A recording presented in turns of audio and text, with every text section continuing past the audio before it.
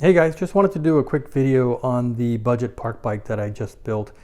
This summer I got the chance to go out to North Star to ride the downhill tracks out there, and I did it on my all carbon Hightower LT with carbon wheels on it, and it was just really kind of concerning because I was worried that I was going to break the bike or do something, and it's just so hard to come across parts these days.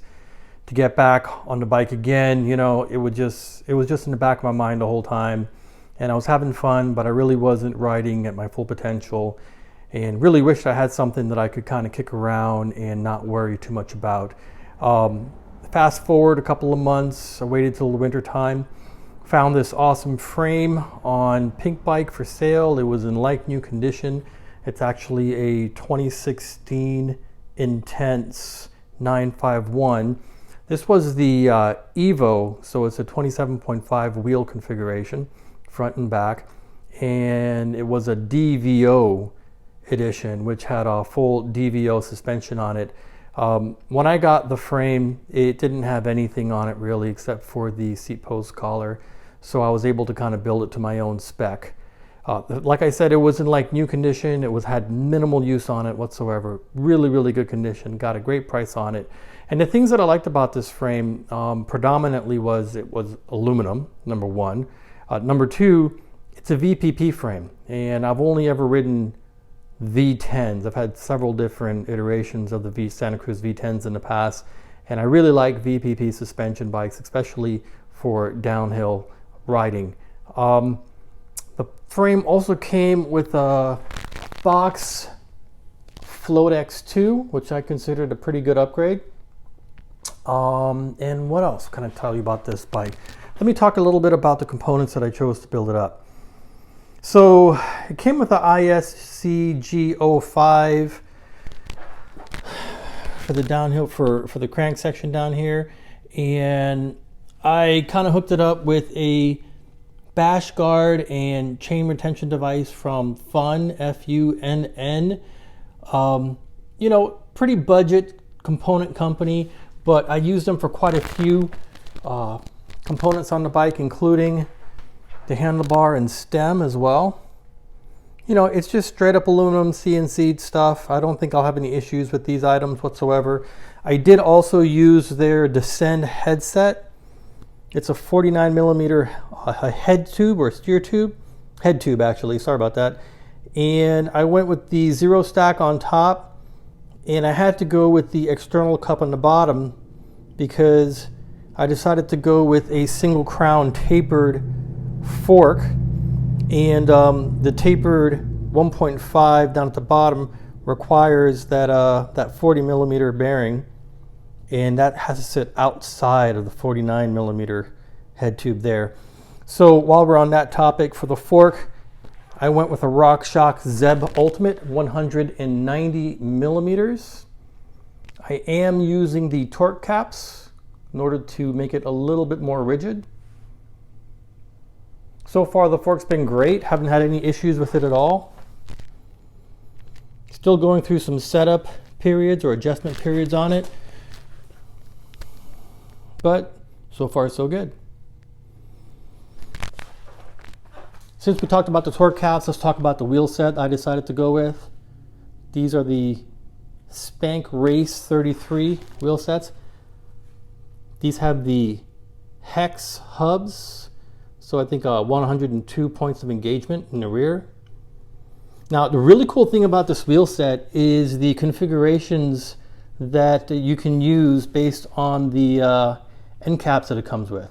You can do a 110 boost by 15, you can do a 110 by 20, and in the rear you can do a 150 by 12 or a 157 by 12 for super boost. This particular frame had the 150 by 12, so that's what I chose to use.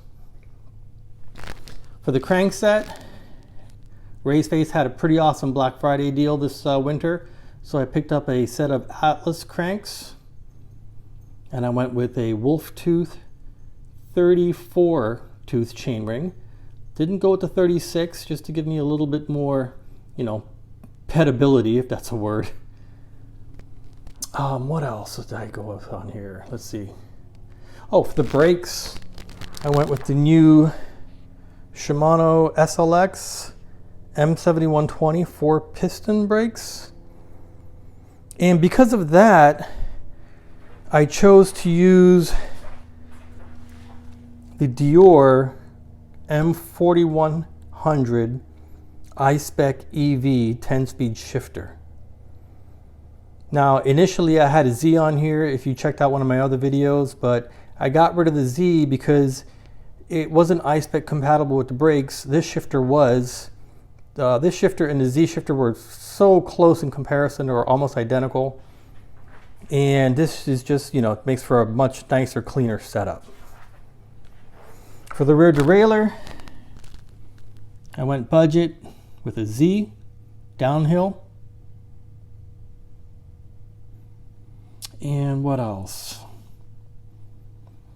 Oh yeah, also in addition to the wolf tooth drop stop chainring, I also ended up going with a wolf tooth quick release seat post as well.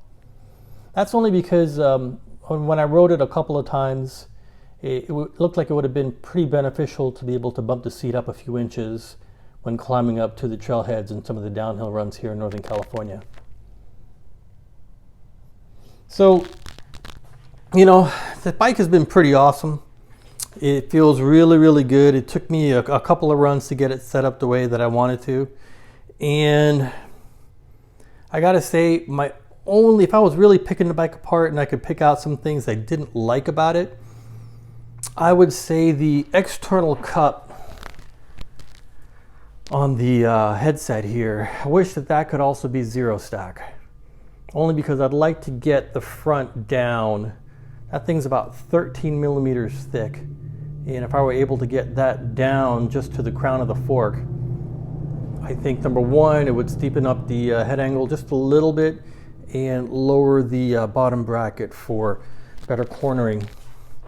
But I'm very happy with the way it is now. It could definitely use a couple more runs in order to fine tune the suspension, get things all worked out or whatnot. Oh yeah, here, I almost forgot this. For the seat, I just went with an Ergon downhill seat.